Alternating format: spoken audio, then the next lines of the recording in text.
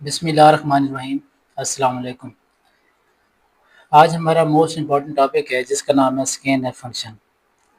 Scan function क्या होता है कि आपने देखा होगा कि दुनिया का कोई भी सॉफ्टवेयर है तो उसको हम इनपुट देते हैं और वो प्रोसेस करके हमें आउटपुट देता है। जैसे आप कैलकुलेटर की एग्जांपल ले लें कि कैलकुलेटर के अंदर हम नंबर देते हैं तो उसके बाद प्रोसेस होता है और वो हमें आउटपुट देता है।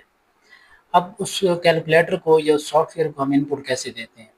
अगर वो सॉफ्टवेयर सी लैंग्वेज के अंदर बना हुआ हो तो हम उसको इनपुट देने के लिए जो फंक्शन यूज़ करते हैं उस फंक्शन का नाम होता है स्कैन फंक्शन। इसको पहले प्रैक्टिकली देख लेते हैं, फिर उसके बाद हम इसको पढ़ लेंगे जिससे आपको आसानी से समझ आएगी। फॉर एग्जांपल मैं यूज़र से एक नंबर लेना चाहता हूँ, जैसे मैंने बताया कैलकुलेटर से एक नंबर, तो सबसे पहले आपने प्रिंट एफ के अंदर लिखना है एंटर आ नंबर। उसके बाद आपने क्या करना है, यहाँ पर यूज़र से इनपुट लेने के लिए ये वाला फंक्शन स्कैन एफ जो है इसको यूज़ किया जाता है। इस फंक्शन के दो हिस्से होते हैं। पहला जो हिस्सा होता है जो डबल कोट्स के अंदर होता है, इसे फॉर्मेट स्ट्रिंग कहते हैं और यहाँ पर हम लिखते हैं फॉर्मेट स्पेसिफायर लिखते हैं। फॉर्मेट स्पेसिफायर लिखने का तरीका क्या है, परसेंटेज डी लिखेंगे अगर आपने यूज़र से इंटीजर लेना होगा, परसेंटेज एफ लिखेंगे अगर यूज़र से आपने फ्लोट पॉइंट नंबर लिखना होगा, परसेंटेज सी लिखेंगे अगर यूज़र से हमने करैक्टर लेना होगा। तो फॉर एग्जांपल मैं आपको एक सिंपल इंटीजर लेने का तरीका दिखाता हूँ। इंट, यहाँ पर इंट की क्या लिखूंगा, डी लिखूंगा। उसके बाद यहाँ पर आपने कॉमा डालना है, कॉमा डालने के बाद आपने क्या करना है, वो इंटीजर जो है उसकी जो वेरिएबल, जिस वेरिएबल्स के अंदर आपने उसको स्टोर करवाना है उस वेरिएबल का नाम लिखना है। तो मैं यहाँ पर फॉर एग्जांपल एक्स लिख देता हूँ। लेकिन याद रखिएगा कि प्रोग्राम के अंदर कोई भी वेरिएबल आप यूज़ कर रहे हैं, किसी भी जगह यूज़ कर रहे हैं तो उसको पहले ऊपर डिक्लेयर करना लाजमी है। यहाँ पर मैं लिखूंगा इंट एक्स, ठीक है। अब उसके बाद याद रखिएगा कि स्कैन एफ के अंदर ये दो चीज़ें, फॉर्मेट स्ट्रिंग हो गया, दूसरा हमारे पास हो गया वेरिएबल। लेकिन इस वेरिएबल के साथ हम एक ऑपरेटर का यूज़ करते हैं जिसको हम आम ज़बान में एंड ऑपरेटर भी कहते हैं और इसको हम एम्परसेंड भी कहते हैं। तो इसका काम क्या होता है ये अभी हम स्लाइड के अंदर पढ़ेंगे। तब देखिए मैं जब इस प्रोग्राम को रन करता हूँ तो देखते हैं इसका क्या रिजल्ट आता है। यहाँ पर एरर आ गया क्योंकि यहाँ पर मैंने सेमी कॉलन्स नहीं डाले। दोबारा इसको रन करते हैं, ये देखिए एंटर अ नंबर। अब मैं यहाँ पर 2 लिख देता हूँ, 3 लिख देता हूँ, 4 लिखूँ, जो भी लिखूँ ये मैं लिख सकता हूँ। तो इसी तरह आप देखें ये एक मैंने इस प्रोग्राम के अंदर दो फंक्शन यूज़ किए हैं, प्रिंट एफ फंक्शन और स्कैन एफ फंक्शन। ये दोनों फंक्शन जो हैं ये इस लाइब्रेरी के अंदर यानी stdio.h के अंदर मौजूद हैं। तो मैंने इस लाइब्रेरी को यूज़ करके इन फंक्शन का इस्तेमाल किया है। अब इस फंक्शन को पढ़ लेते हैं। ऐसे चलो मैं इसकी वैल्यू को आपको डिस्प्ले करवा के दिखाता हूँ।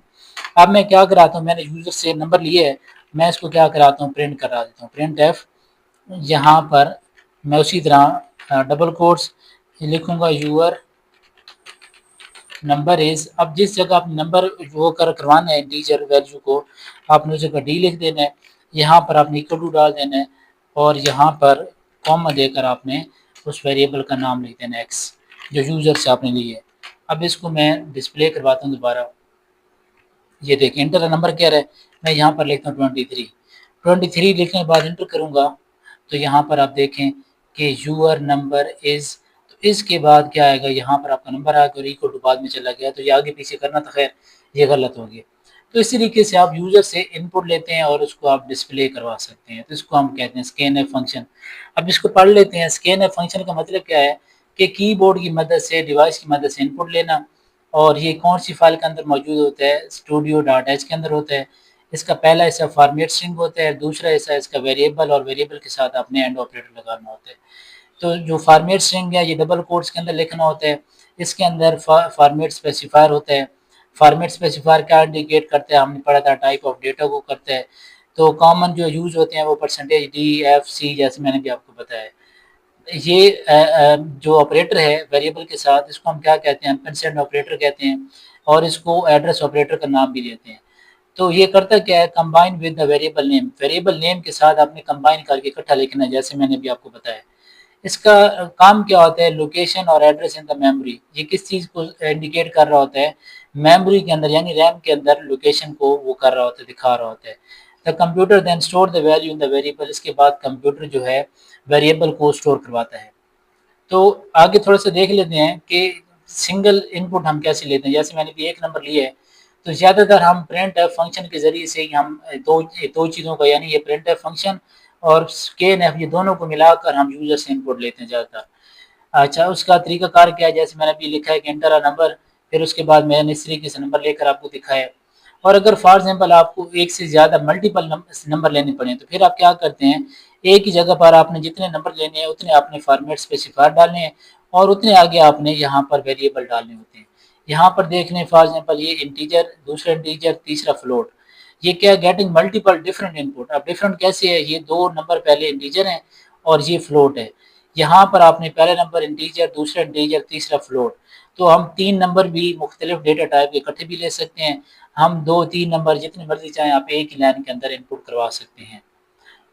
तो ये था हमारा आज का टॉपिक। नेक्स्ट टॉपिक के साथ फिर हाज़िर होंगे। तब तक के लिए अल्लाह हाफ़िज़।